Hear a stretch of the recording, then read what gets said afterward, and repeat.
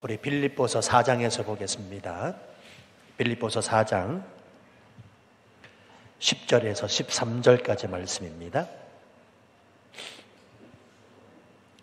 빌립보서 4장 10절 말씀부터 제가 받들어 봉독하겠습니다.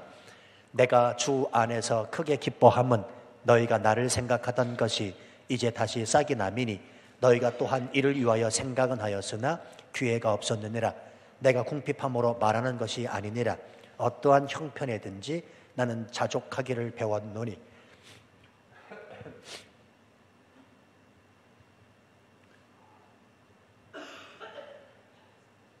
우리 12절 말씀부터 함께 읽겠습니다. 시작. 나는 비천에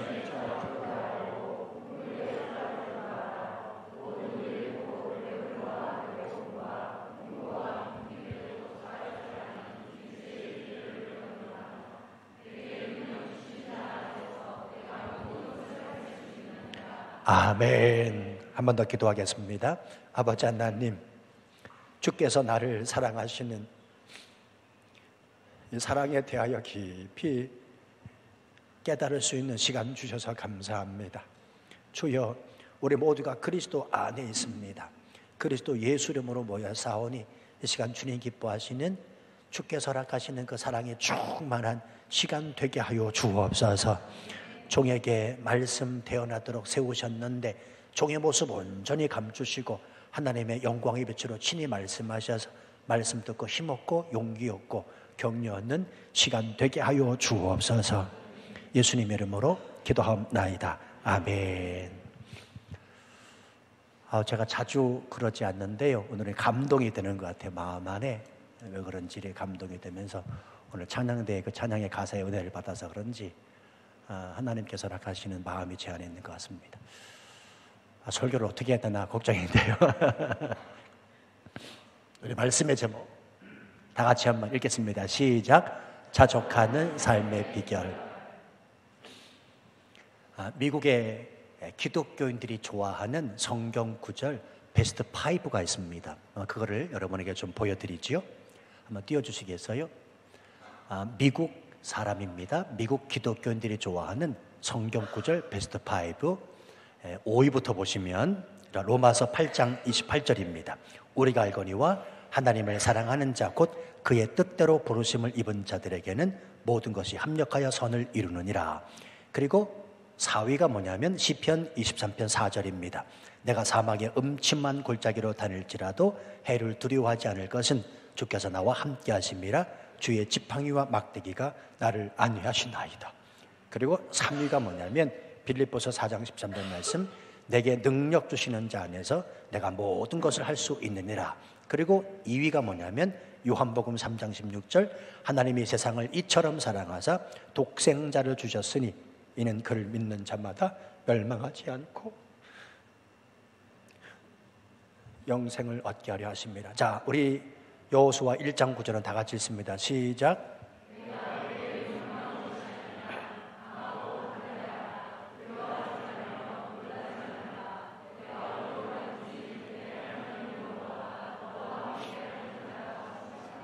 아멘. 자, 그런데요, 이 구절들을 살펴보면 미국 기독교인들만 좋아하는 구절이 아니고요, 한국 사람, 한국 기독교인들도 좋아하는 구절이고 저와 여러분 역시도 좋아하는 구절인 줄로 믿습니다.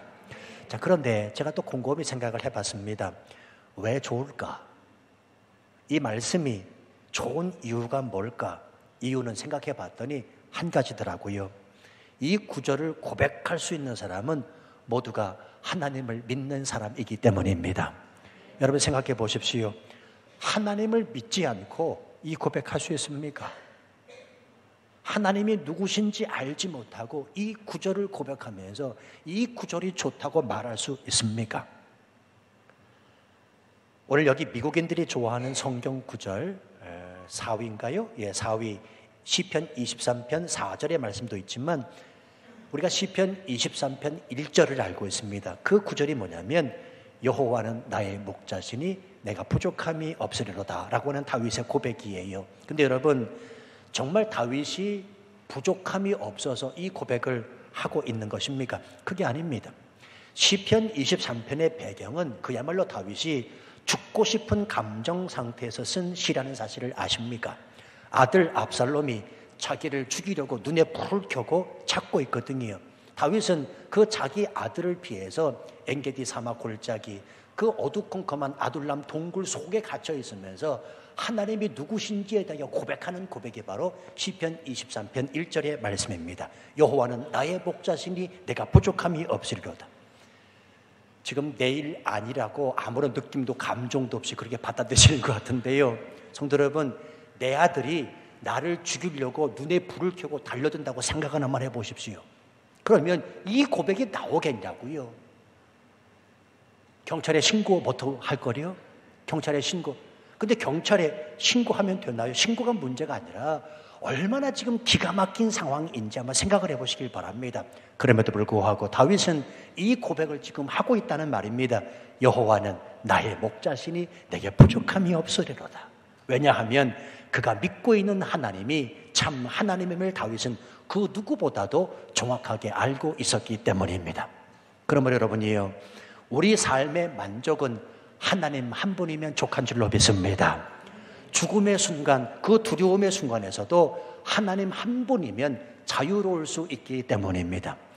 하나님이 제일로 싫어하는 사람이 있다고 그래서요, 그 사람이 누구냐면 원불교 사람이라고 말씀 한번 드렸지요.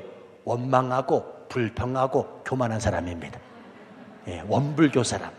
하여간에 머릿속에 다 기억해 두세요. 하나님이 제일로 싫어하는 사람은 원불교 사람입니다. 그렇다고 또 원불교 사람 만나가지고 니들 제일 싫어한대 그러지 마시고요.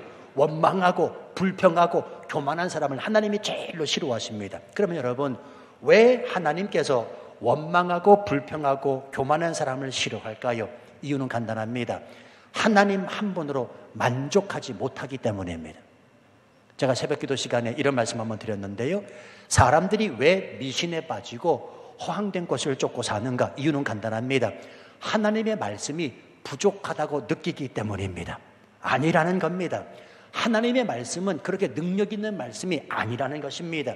하나님을 믿고 하나님의 말씀을 부여잡고 살아봤지만 늘 삶은 곤고하고 어렵고 삶은 나아질 기미가 보여지지 않거든요. 그러니 하나님은 없는 것 같고 하나님의 말씀은 부족하다고 느끼는 거라는 말입니다. 그가 뭘 얼마나 하나님을 믿었는지, 그가 뭘 얼마나 하나님의 말씀을 부여잡고 살았는지는 모르지만 그가 고백하는 게 뭐냐면 삶에 나아지지 않는 것을 보고 정말 하나님이 살아계시느냐, 하나님의 말씀을 부여잡고 내가 이렇게 살았지만 하나님은 내게 응답 주시는 게 없더라라고 고백할 수 없다는 사실입니다. 그러니까 하나님으로 만족하지 못하면, 하나님의 말씀이 부족하다고 느끼면 우리 원망하고 불평하고 교만할 수밖에 없다는 사실입니다. 우리가 잘 알다시피 이스라엘 백성들이 출애굽해서 광야 생활을 할 때 그들은 끊임없이 하나님을 향하여 원망하고 불평합니다. 근데 여러분 잘 보십시오. 그때 하나님은 어디 계셨습니까? 뒷짐지고 아무런 일을 행하지 아니하시고 이스라엘을 수수방관하셨습니까? 그렇지 않습니다. 불기둥과 구름기둥으로 그들과 함께 하셨습니다. 그러니까 이스라엘 백성들은 구름기둥과 불기둥을 아침 저녁 눈으로 보면서도 하나님을 향하여 원망하고 하나님을 향하여 불평을 쏟고 있다는 말입니다. 누구 잘못입니까? 이스라엘입니까? 하나님입니까? 눈으로 하나님을 목도하면서도 하나님의 현현하심, 하나님의 임재하심을 경험하면서도 불기둥과 구름기둥을 눈으로 목도하면서도 그 하나님을 믿지 못하는 이스라엘 백성은 아니겠냐고요. 성도 여러분이요, 오늘날도 마찬가지입니다.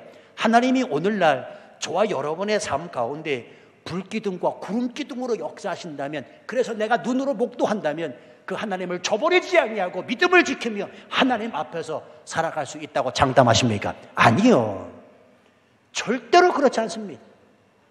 지금도 과거에 하나님이 역사하셨던 것처럼 불기둥과 구름기둥으로 우리 앞에 역사하셔도 죄성을 가진 우리이기 때문에 그 하나님을 믿지 않는다고 이스라엘 백성들이 그 모습을 보여주고 있지 않습니까? 2000년 전에 예수 그리스도가 이 땅에 오셨음에도 불구하고 사람들은 그 예수 그리스도 참 하나님을 십자가에 못 박아 죽이는 우를 범하고 있습니다. 하나님을 받아들이기 싫기 때문에 그랬습니다. 원망하고 불평하며 교만한 자들이 하나님이 이 땅에 나타나셔도 그를 십자가 못 박아 죽였다는 사실입니다. 자, 그러면 오늘날 불기둥과 구름기둥은 사라졌습니까? 아니요, 여러분. 말씀이 있잖아요. 하나님의 말씀이 오늘날 불기둥과 구름기둥으로 저와 여러분 앞에서 역사하시는 것을 믿으시면 아멘 하십시다.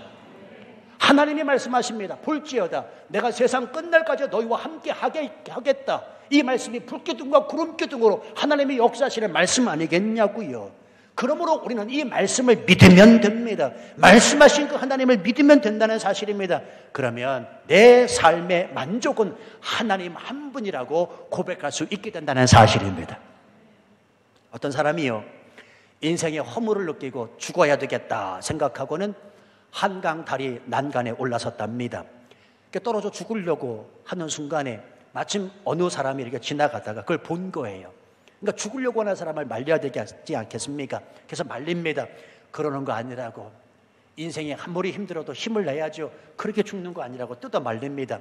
그리고는 그 사람과 마주 앉았습니다. 자, 자초지종을 좀 듣자. 그리고는 죽으려고 하는 사람이 자신이 왜 죽어야 하는지 설명하기 시작을 합니다.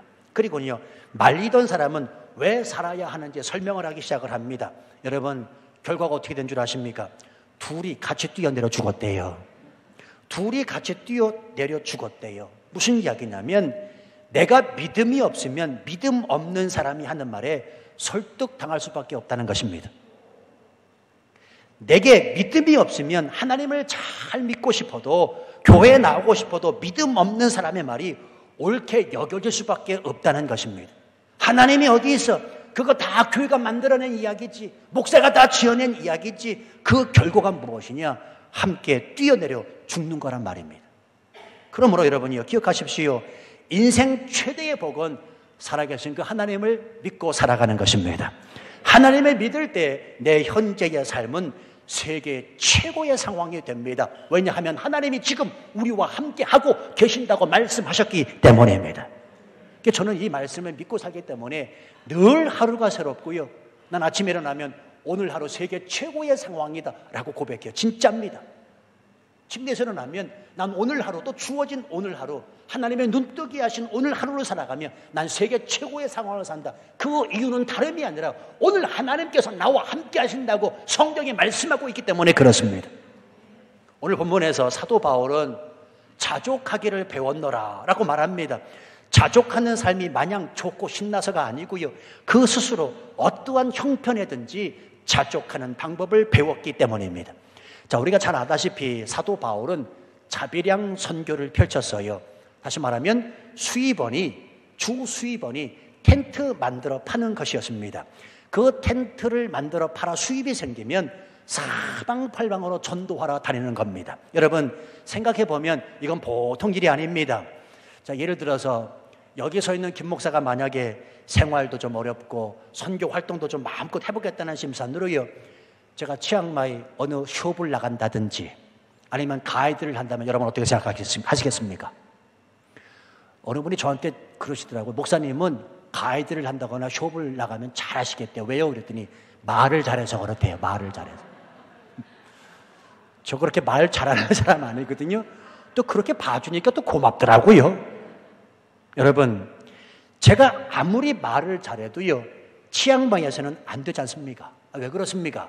하나님 앞에 영광이 되지 않잖아요. 그 일이 나빠서가 아니라 하나님 앞에 영광이 되겠냐고요. 치앙마이 중앙교회 성도들은 숍에 나가, 치앙마이 중앙교회 김 목사는 숍에 나가 알바 뛰더라, 가이드 하더라. 그러면 여러분 마음도 편하시겠냐고요. 편하시군요. 편하신 것 같아요. 자, 근데 보세요, 여러분. 성경 어디를 봐도 사도 바울이 하는 이 일 때문에 선교가 망쳤다, 선교의 방해가 되었다, 하나님께서 진노하셨다라고 하는 구절이 없습니다. 다시 말해드릴까요? 자비량 선교를 하고 있습니다. 주 수입원이 텐트 만들어 파는 일이었습니다. 그럼에도 불구하고 그 어느 성경 구절을 봐도 이 일 때문에 선교가 망했다, 선교가 방해가 되었다, 하나님께서 진노하셨다라는 구절이 없습니다. 다만 사도 바울은 뭐라고 고백하냐면 내가 자족하기를 배웠다라고 말합니다. 자, 그러면 이 자족함의 비결이 뭘까요? 텐트를 팔아 수입이 많이 생겼기 때문에 내가 자족했다라고 말하는 것일까요? 자, 그게 아니고요. 먼저 10절을 보겠습니다. 내가 주 안에서 크게 기뻐함은 너희가 나를 생각하던 것이 이게 다시 싹이 나미니 너희가 또한 이를 위하여 생각은 하였으나 기회가 없었느니라.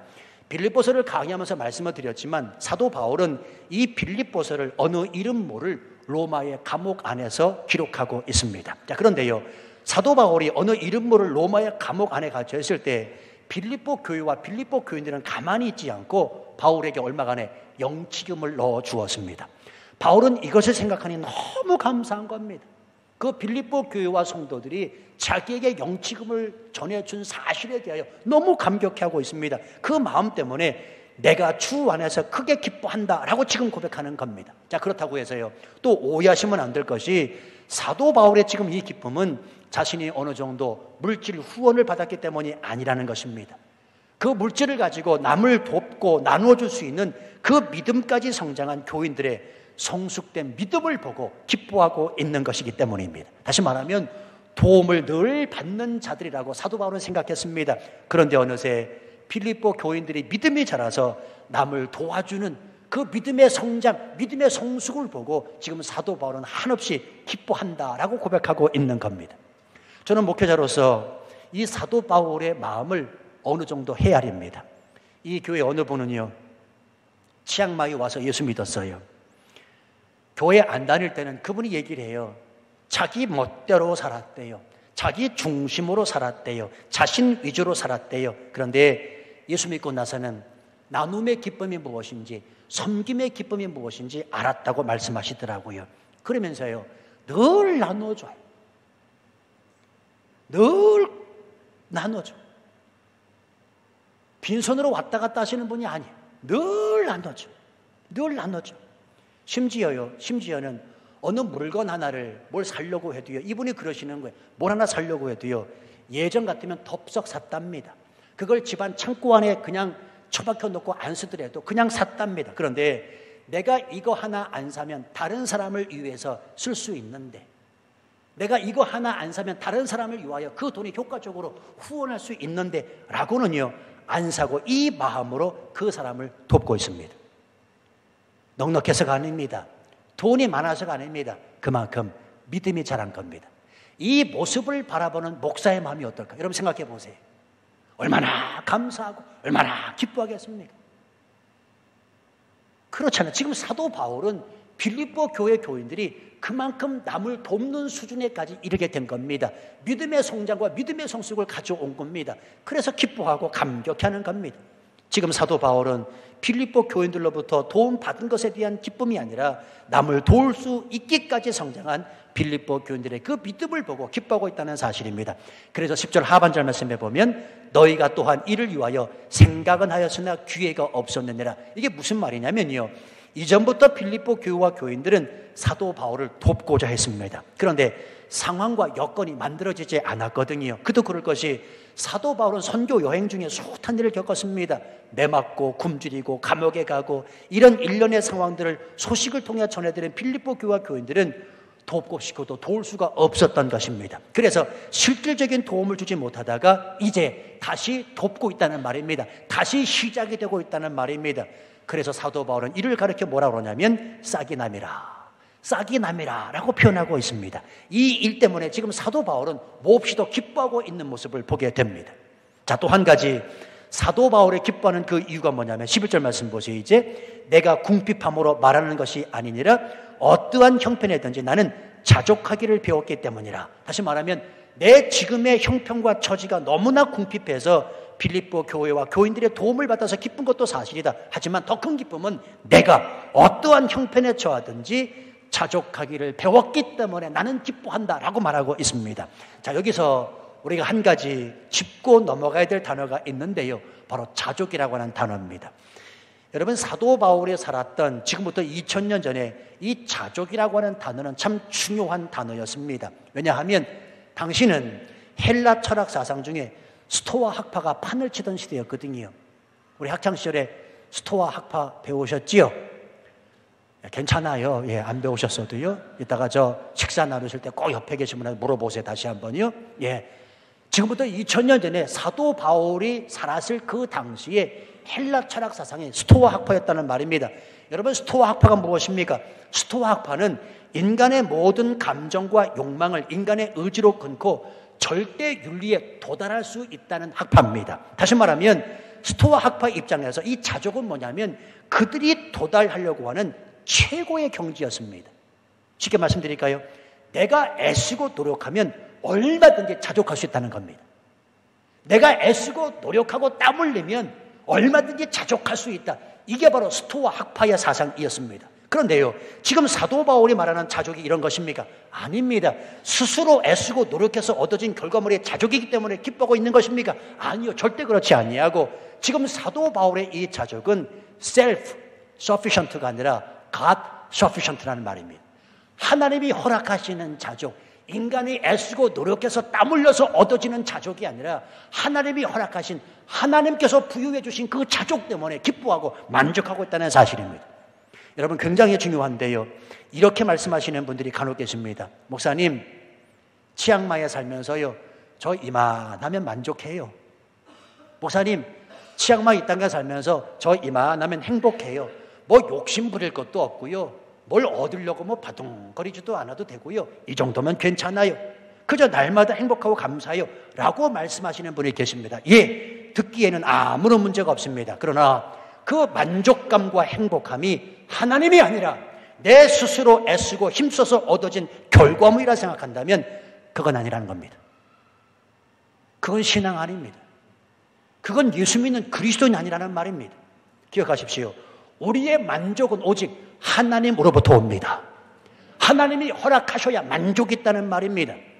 치앙마이에서 누구와 관계하시면서 내가 참 좋다, 내가 만족한다라고 한다면, 예, 그건 내가 인간관계를 잘해서가 아니라 하나님의 은혜란 말입니다. 쉽게 또 말씀드릴까요? 내가 아이들 공부시키는 것도 그렇고요, 사업을 하는 것도 마찬가지고, 하다못해 골프를 치는 것도 마찬가지입니다. 내가 똑똑하고 잘나서가 아니라, 내가 가진 것이 많아서가 아니라 하나님이 나를 충분히 자족하도록 하셨고, 하나님이 내게 충분히 채우셨기 때문에, 하나님이 내가 충분히 공급하셨기 때문이라는 사실입니다. 이것을 뭐라고 그러냐면 은혜라고 하는 거예요. 하나님이 베푸신 그 은혜에 대하여 망각하지 아니하고 그 모든 일들은 하나님이 행하셨더라고 고백하는 사람, 이 사람이 바로 예수 믿는 사람이라는 것입니다. 네, 여러분, 치앙마이에 사시면서 이런 사람하고 관계하세요. 늘 이야기를 자기 중심으로 말하는 사람이 있습니다. 내가 이렇게 했다는 겁니다. 내가 이만큼 이루었다는 겁니다. 내가 이만큼 벌었다는 겁니다. 사귀지 마세요. 괜찮아요. 안 사귀어도 돼. 모든 건 하나님의 은혜입니다. 하나님이 이렇게 하셨습니다. 하나님이 행하셨습니다. 하나님이 공급하셨습니다. 하나님이 자족케 하셨습니다. 하나님의 나를 이 땅 치앙마이에 살게 하셨습니다 라고 하는 사람을 사귀라는 말입니다. 그래서 여러분, 정말로 하나님으로부터 만족하는 사람은, 하나님으로 만족하는 사람은 세상의 것들이 시시할 수밖에 없습니다. 제 이야기를 해서 죄송합니다만, 저는요, 지금 아무리 좋은 곳을 가도요, 아무리 맛있고 비싼 것을 먹어도요, 그때뿐이에요. 아, 좋다. 감탄사 연발합니다. 아, 좋다. 너무 맛있다. 근데요, 그때뿐이에요. 왠 줄 아십니까? 다른 게 아니라 맛있는 게 싫고 좋은 곳 가는 게 싫어서가 아니라 하나님보다 더 큰 게 없다는 것을 하나님께서 깨닫게 주셨기 때문입니다. 여러분, 이 고백이 저와 여러분들에게도 있어야 됩니다. 아무리 좋은 곳을 가도, 아무리 맛있는 걸 먹어도, 아무리 비싼 걸 먹어도요, 아, 좋다. 좋다고 하셔야 돼요. 그래야 또 대접해 주니까. 예, 제가 싫다는 게 아니라고 그랬어요. 요는 뭐냐면 하나님보다 더 큰 것이 없기 때문에, 하나님보다 더 좋은 것이 없기 때문에 그렇게 그때뿐이라는 얘기입니다. 자, 그러면서 사도 바울은 이렇게 자신이 하나님 안에서 자족하게 된 이유에 대해서 말씀하는데, 12절 말씀 보세요. 나는 비천에 처할 줄도 알고 풍부에 처할 줄도 알아. 모든 일 곧 배부름과 배고픔과 풍부와 궁핍에도 처할 줄 아는 일체의 비결을 배웠다. 여기서 배웠다라는 말은 단순한 말이 아닙니다. 경험했다라고 하는 뜻입니다. 다시 말하면 모든 상황, 배부른 상황, 굶주린 상황, 궁핍한 상황을 직접 몸으로 경험하면서 자신이 그리스도 안에 있는 자족의 비결을 하나씩 깨달아 알게 되었다라고 하는 고백입니다. 여러분, 이 고백은 저와 여러분도 마찬가지입니다. 우리도 이 땅을 살면서 때로는 비천에 처하기도 하고 풍부에 처하기도 하고 배부름과 배고픔의 상황에도 처해지기도 합니다. 그러나 그 상황들은 바로 하나님이 나를 그리스도 예수 안에서 자족함의 비결을 깨닫게 하시려는 하나님의 뜻이 있음을 믿으시면 아멘 하시기 바랍니다. 그래서 여러분, 참 그리스도인은 배부르다고 풍족하다고 교만해지지 않고요, 그렇다고 굶주리는 상황에서도, 궁핍한 상황 속에서도 절망하고 낙심하지 않습니다. 왜요? 그 속에서 나를 그리스도 예수 안에서 자족의 비결을 깨닫게 하시려는 하나님 아버지의 뜻이 있기 때문입니다. 저는 학창시절을 참 불우하게 보내서요, 많은 분들이 학창시절로 돌아가고 싶다, 그때가 참 추억이 있지라고 생각하시는데, 저는 학창시절 생각하면 검정색입니다. 그리고 저는 절대로 뒤돌아가고 싶지 않아요. 저는 지금이 진짜 좋아요. 저는 항상 지금이 좋습니다. 난 과거 아무리 좋았더라도 지금이 좋아요. 왜? 지금 하나님이 나와 함께 하시니까. 아주 간단해. 저는 과거로 돌아가고 싶지 않아요. 학창시절 너무나 불우했기 때문에 이유도 있습니다. 다 말씀드릴 수는 없지만요, 뭐 하나 제대로 사본 적이 없어요. 교과서도 참고서도 제대로 사본 적이 없어요. 왜? 돈이 없어가지고. 심지어는요, 체육복도 못 사가지고요, 날마다 체육 시간이 되면 옆방 가서 친구한테 빌려 입는 겁니다. 다 말씀드릴 수는 없어요. 그러니까 뭐 하나 제대로 갖춰놓고 공부해 본 적이 없어요. 그렇게 불우하게 학창시절을 보냈습니다. 결혼을 해서도 마찬가지입니다. 너무너무 힘들더라고.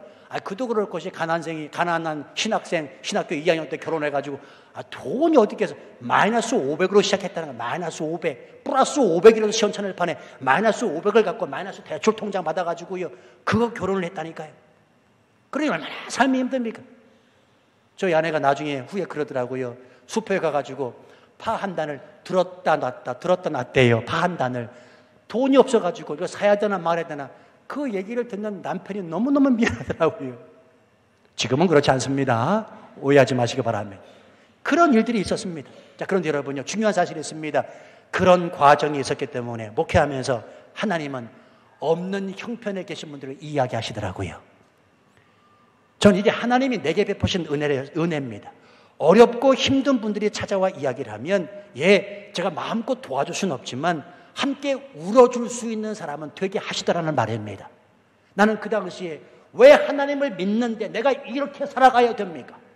나는 하나님 앞에 헌신되었고 하나님을 믿고 하나님을 잘 믿는 믿음의 가정에서 자랐는데 왜 내 모양을 이 모양 이 꼴로 만드십니까? 원망도 얼마나 많이 했는지 모릅니다. 그런데요, 그때는 몰랐지만 지금은 제가 알게 됐어요. 목회하면서 나를 찾아오는 없는 분들의 형편을 하나님이 이해하시게끔 하시기 위해서 그 일을 행하셨다는 말입니다. 성도 여러분이요, 모든 일은 하나님 아버지의 뜻이 있습니다. 지금 힘드십니까? 그 힘든 것 때문에 하나님이 후에 당신을 사용하실 것입니다. 고난과 고통 때문에 죽겠다고요?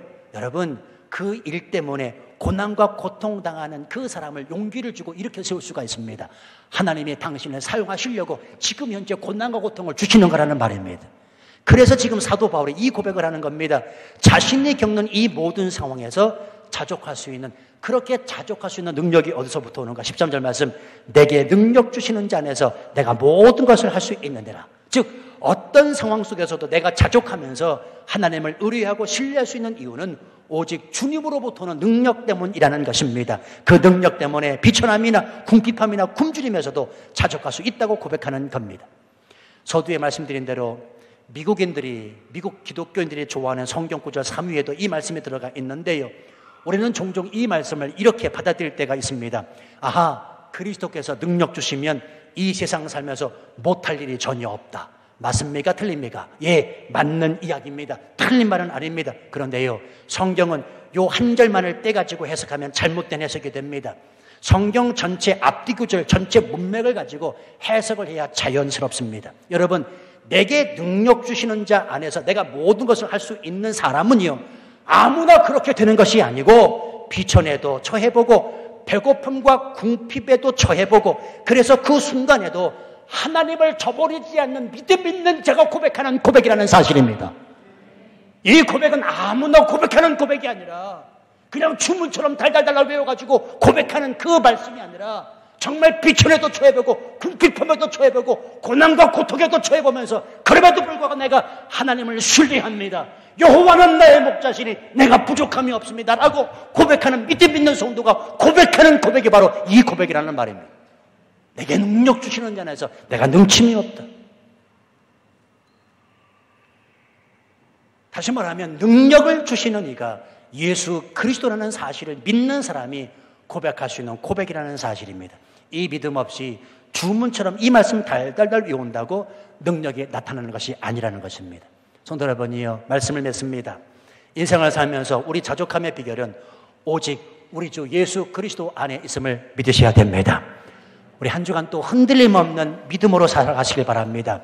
결코 원망하고 불평하고 교만하게 살아서는 안 됩니다. 지치고 힘들고 숨 막힐 것 같은 삶에서도 하나님이 나와 함께 하심을 믿으시기 바랍니다. 삶을 포기하고 절망하고 주저앉아서는 안 됩니다. 이 믿음이 우리를 이 땅에서 자족하게 하고 그 자족함으로 하나님 앞에 영광 올려드릴 수가 있습니다. 이 시간 찬양을 통해서